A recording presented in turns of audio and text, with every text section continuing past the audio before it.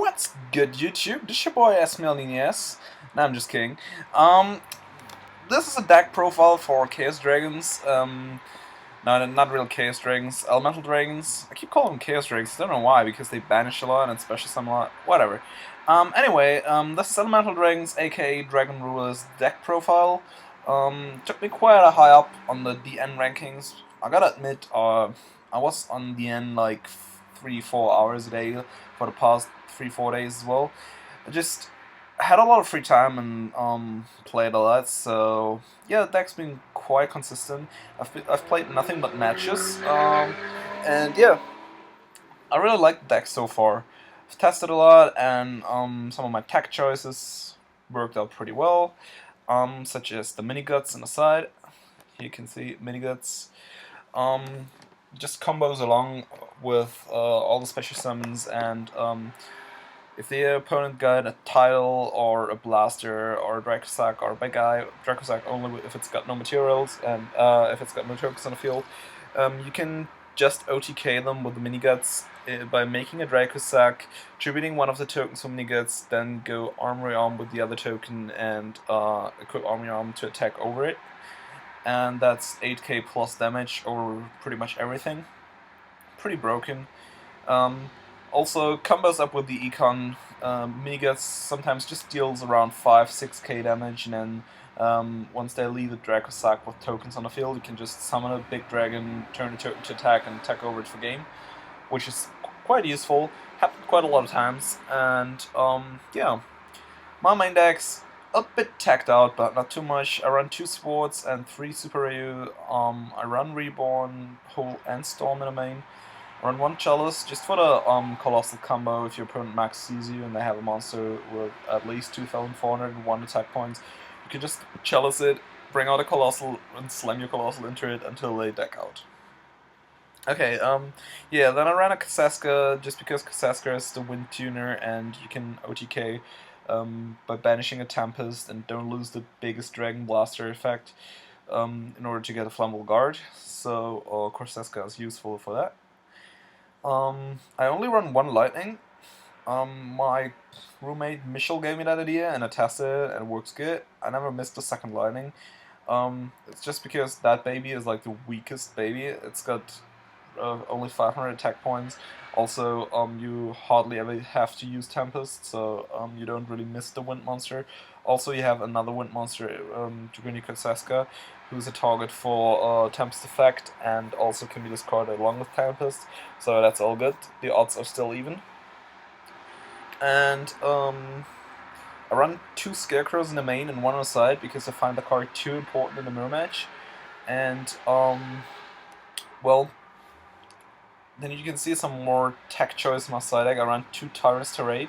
The card's pretty broken. It's like you start off with the Dracosac, tribute 2 tokens in their draw phase, and then if they don't have the MST Storm, they're pretty much fucked because they can't get any dragons to grave, they can't activate monster effects in their hand, and they cannot shoot it with a Dracosac because they can't activate monster effects on the field either. So what you want to do is spam your grave with dragons first turn, bring out a Dracosac, tribute it to tokens for that, and say GG my friend. Because dragon players hardly ever side in MSTs in a mirror match, and some even side out the Storm in a mirror match, so some dragon players are left with no outs to discard, and then you just easily win by beating them down with the dragons you already have in grave. Because you can still special summon dragons from your grave, and because effects on the field cannot be activated, they cannot return to your hand, so you have a constant flow of monsters staying on your field, big beaters attacking your opponent directly until they die. And they cannot use Veiler, they cannot use Max C, they cannot use Scarecrow. All they can do is summon Beanie Dragons or straight up pass. Yeah. And I can Darkhold you, but if they don't have anything in their grave already, so then it's not very important because they cannot bring out big dragons, and you can just simply bring out another dragon from your grave, even by banishing stuff from your hand, minusing yourself. It doesn't matter if they don't have the out, they just lose. Yeah, then I run 2 Electric Viruses, pretty useful in the mirror match, also useful in the Evil Soul matchup with EV. I ran 3 Last Day of Witch, 1 Puppet Plant, 2 MST, and 3 EV for the Prophecy matchup. And yeah, my side deck is a bit teched out, but not too much. And then I have an extra deck. That's pretty standard.